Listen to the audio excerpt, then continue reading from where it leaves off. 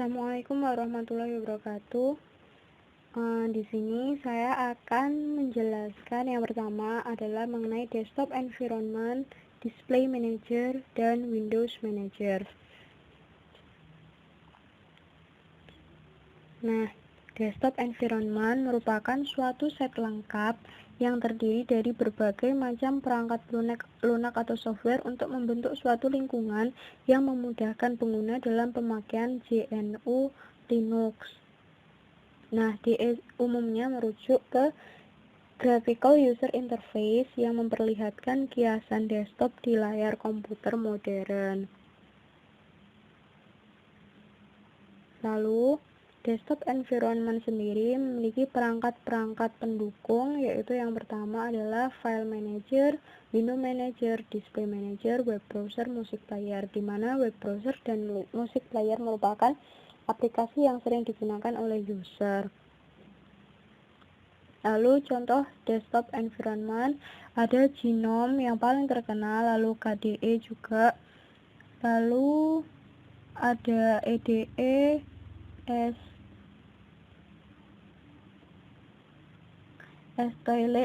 Enlightenment, Windows Manager, X-Files, Workbench. Nah, yang pertama adalah GNOME. GNOME ini yang menyandang gelar The Most Polarizing Desktop Environment dan menarik dan intuitif baik modern GNOME maupun klasik. Jadi GNOME ini sering digunakan oleh user-user pengguna Linux.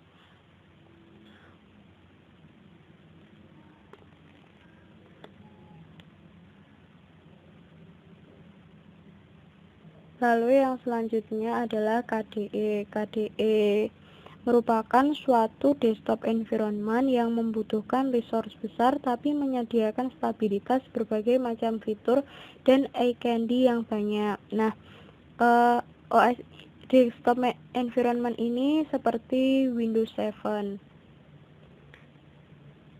Tampilannya dan operasinya. Lalu yang selanjutnya adalah XFCE, terdiri dari sejumlah komponen yang menyediakan fungsionalitas penuh yang bisa diharapkan dari lingkungan desktop modern, namun tetap relatif ringan dan dikemas secara terpisah dan memilih antara paket yang tersedia untuk menciptakan lingkungan kerja personal. Lalu yang selanjutnya adalah Enlightenment Desktop Shell atau Enlightenment Desktop Environment. Itu menyediakan window manager yang efisien berdasarkan library-nya bersama komponen lain yang penting, seperti file manager, icon desktop, dan widget. Dan user sebenarnya bebas untuk mengkonfigurasikan lingkungan GUI mereka dalam berbagai cara. Lingkungan desktop hanya menyediakan sarana yang lengkap dan nyaman, sehingga semisal kita senang dengan desktop environment GNOME, tapi kita memiliki aplikasi KDE seperti itu, kita bisa mix match keduanya.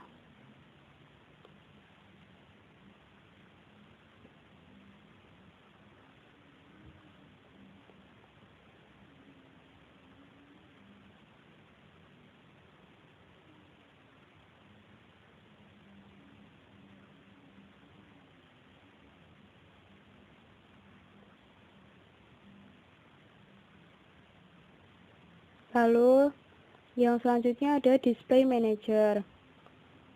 Display manager adalah login screen untuk beralih desktop environment dengan mudah.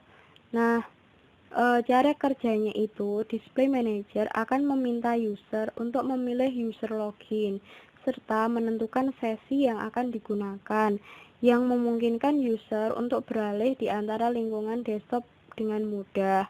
Nah, jadi display manager ini dapat dengan mudah switch desktop environment mana yang user inginkan. Nah, itu ada Light DM, ada yang namanya Slim, ada yang namanya KDM. Nah, KDM itu sendiri dan GDM. Lalu Windows Manager adalah sebuah perangkat lunak yang mengontrol penempatan dan penampilan dari jendela dari sistem windowing graphical user interface. Hal ini dapat menjadi bagian dari lingkungan desktop manager atau digunakan mandiri. Nah, tipe Windows Manager itu ada 3. Yang pertama adalah stacking. Windows Manager memberikan metafora desktop tradisional yang digunakan dalam OS seperti Windows dan OS X. Windows bertindak seperti potongan kertas dan ditumpuk-tumpuk di atasnya. Lalu yang kedua adalah tiling. Window Manager mengatur sedemikian rupa sehingga tidak ada yang tumpang tindih. Mereka biasanya menggunakan sangat luas kunci binding yang memiliki sedikit atau tidak adanya ketergantungan pada mouse. Nah, tiling ini bisa manual. Lalu dynamic. Dynamic ini kombinasi dan dapat beralih antara tiling atau floating window layout, sehingga dinamik ini lebih fleksibel. Nah, referensi di sini saya akan menjelaskan mengenai komen-komen yang ada pada terminal Ubuntu. Kita klik Ubuntu terminalnya, lalu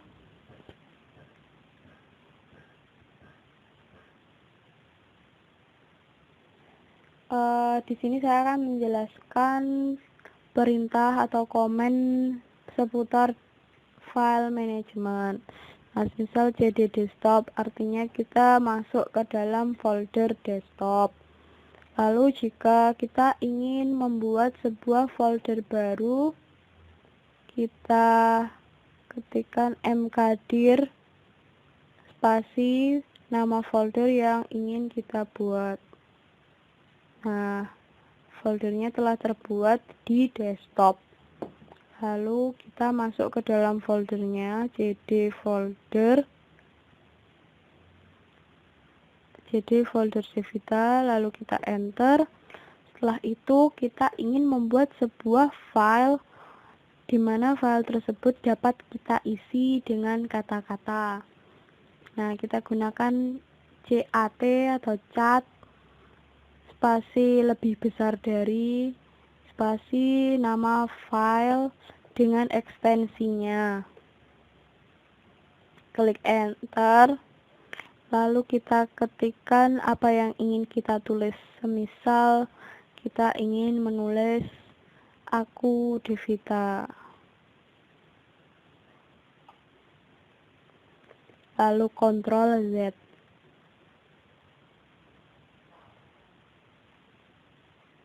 Selain itu, kita juga bisa mengcopy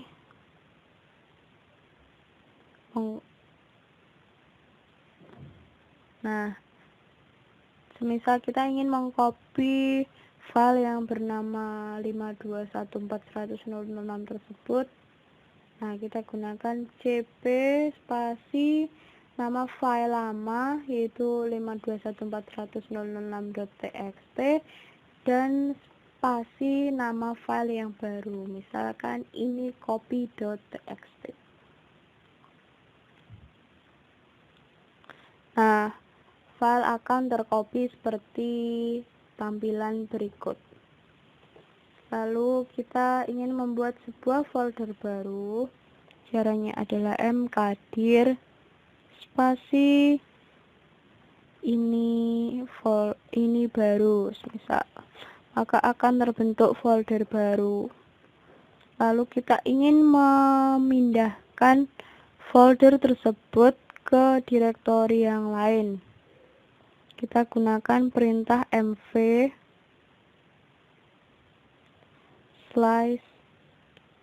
backslash direktori yang sekarang, home Devita spasi desktop backslash ini baru.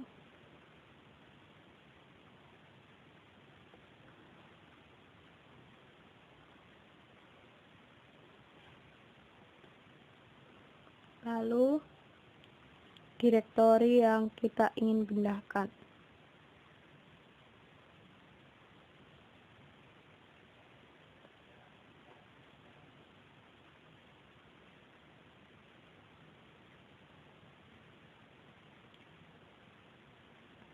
Lalu kita ingin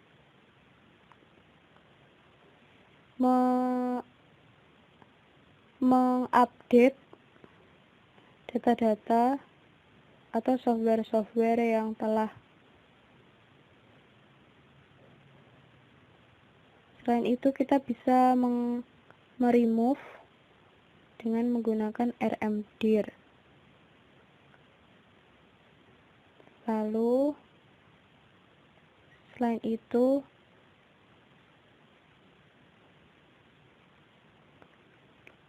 apabila kita ingin menginstal, mengupdate baru software-software, kita harus masuk ke administrator yaitu sudo.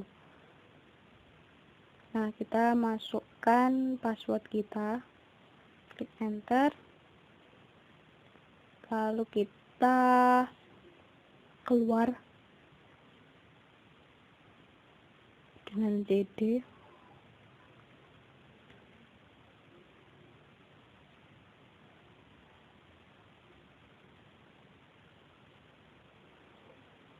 Lalu kita ketikkan sudo spasi apt strep get update sudo spasi apt strep get spasi update. Nah, komen ini untuk mengupdate software-software sehingga telah terintegrasi baru lagi, seperti itu. Dan update ini harus menggunakan internet.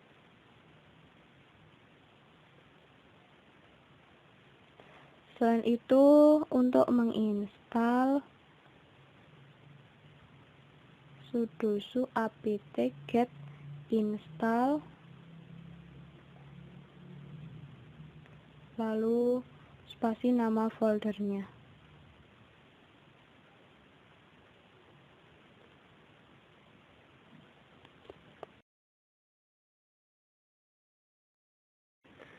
Selanjutnya saya akan menjelaskan mengenai bagaimana cara menginstal.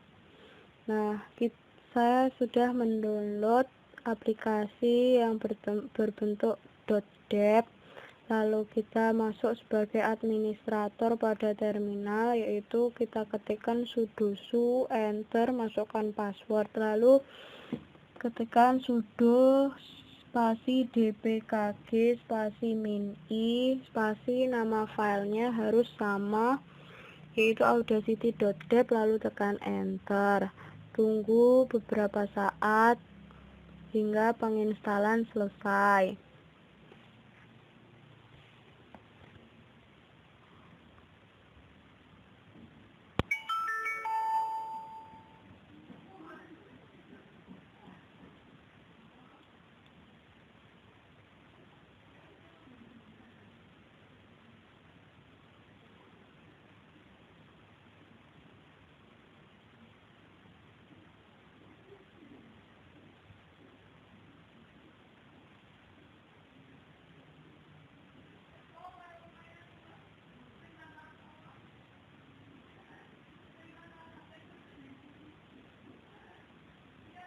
Lalu setelah itu akan muncul Osesing atau Audacious, dan tidak selamanya berhasil, terkadang juga bergantung pada dependensinya. Lalu kita apabila ada masalah dengan itu, maka kita ketikkan sudo apt strep get install -f.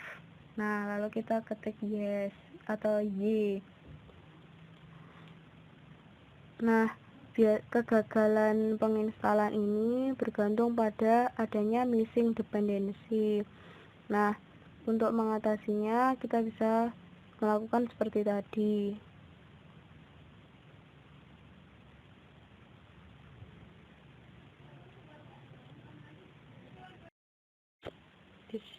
Di sini saya akan menjelaskan mengenai repositori. Nah, repositori itu adalah lokasi penyimpanan dari paket software yang diperoleh dari penginstalan.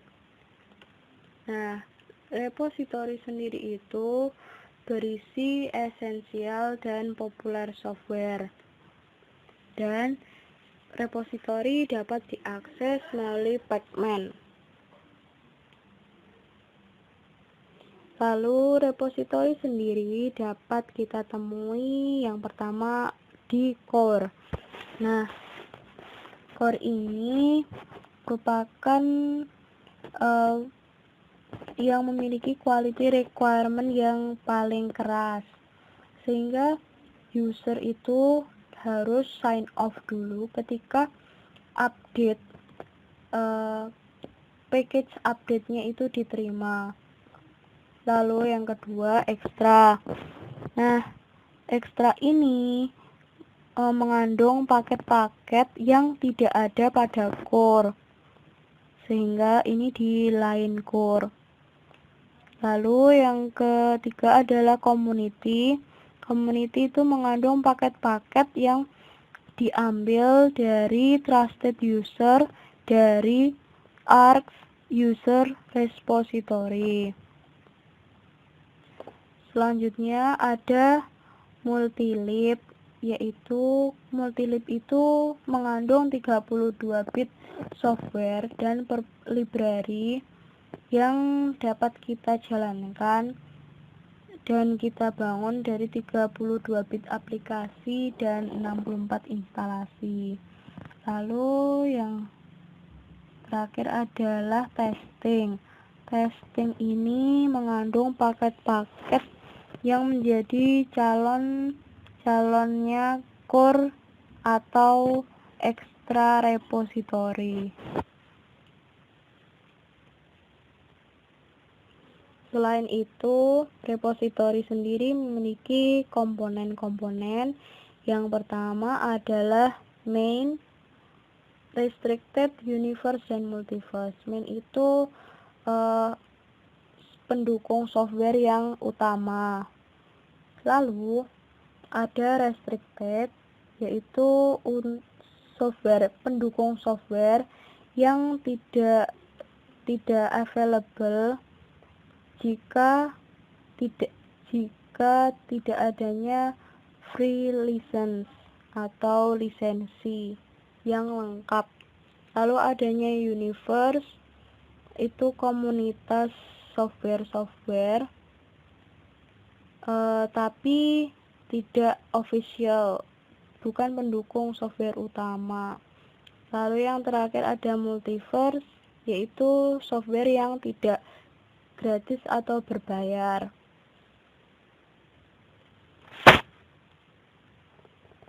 Lalu selanjutnya ada yang namanya dependencies.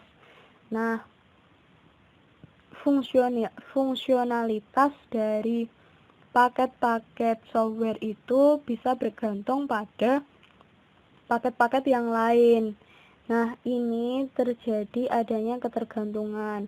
Dependency sendiri kan berarti ketergantungan. Nah, di sini adanya ketergantungan antar paket software. Nah, jika paket software itu atau RPM itu tidak akan mengizinkan paket jika dependensinya itu tidak komplit pada penginstalannya.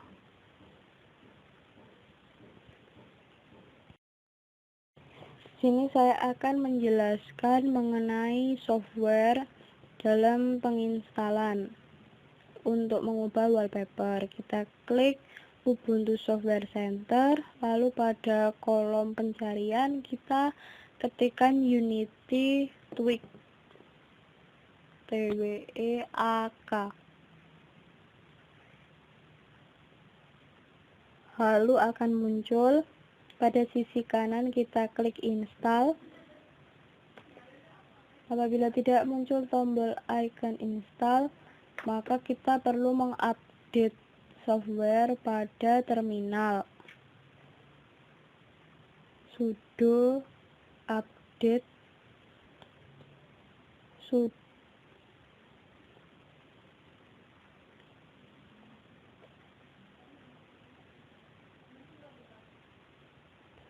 sudo apt strip get update. Setelah itu, kita menunggu penginstalannya hingga selesai. Lalu apabila telah terinstall, maka akan muncul icon yang telah dipin di menu bar.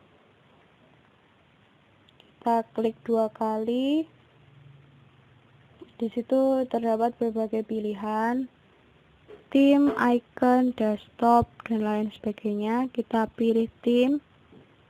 Nah, di theme sendiri terdapat berbagai opsi, ada icon, ada kursor, fonts, dan window controls. Seperti itu.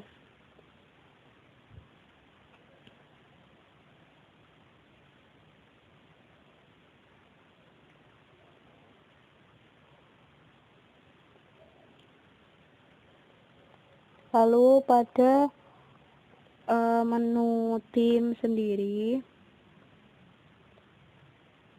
di theme sendiri terdapat pilihan ambience, high contrast, dan radiance. Ini bisa kita gunakan opsinya. Dan untuk mengubah background, kita gunakan langkah pada sisi kanan atas terdapat tombol pengaturan, lalu kita klik sistem setting. Tunggu beberapa saat hingga jendelanya muncul.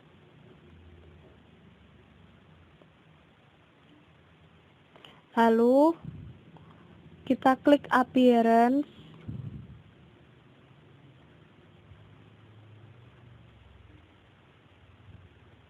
Dan kita klik background yang ingin kita ubah. Saya akan menjelaskan mengenai bagaimana cara mengubah wallpaper tema icon melalui terminal. Nah, sebelumnya kita harus mengetahui dulu sebenarnya desktop environment kita itu menggunakan desktop environment apa. Nah, caranya echo spasi $xdg underscore current underscore desktop.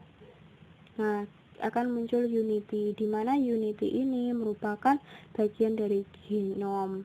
Nah, jadi DE kita adalah Genome. Untuk mengeset background, kita ketikkan g settings spasi set spasi org.genome.desktop.background spasi picture strip URI spasi petik direktori kita, direktori background yang akan kita gunakan, file /3 home /devita /blue.jpg, misal seperti itu. Nah, ini contohnya. Nah, kita enter. Nah, berhasil. Lalu yang kedua adalah mengubah tema. Seperti yang kita lakukan pada background, hanya saja background diubah menjadi interface. Lalu direktorinya kita hapus.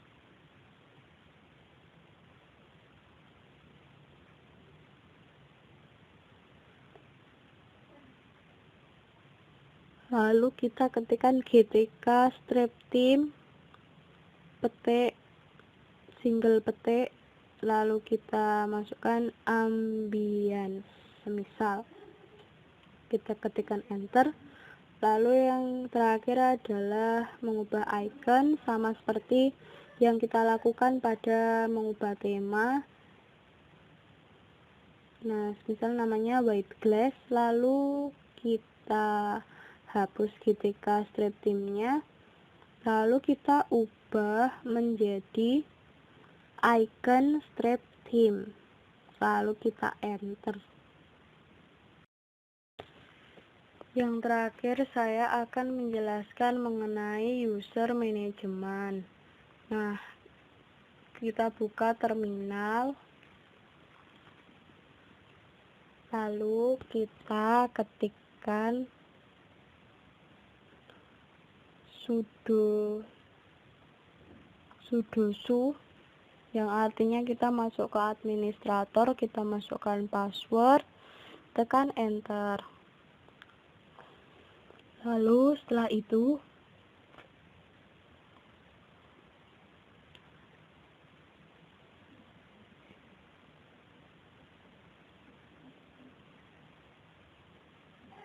kita ketikkan grup add, namanya will, lalu kita ketik enter, lalu kita ketik user add, namanya adalah min g will,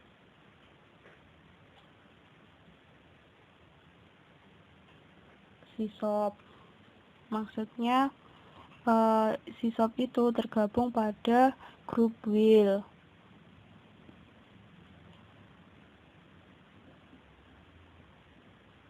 Selanjutnya kita akan memberi password dengan cara passwd. Nah, kita berikan kepada user sysop. Nah, lalu kita ketikkan passwordnya, yaitu 1234. Kita retype lagi dan tekan enter, lalu berhasil.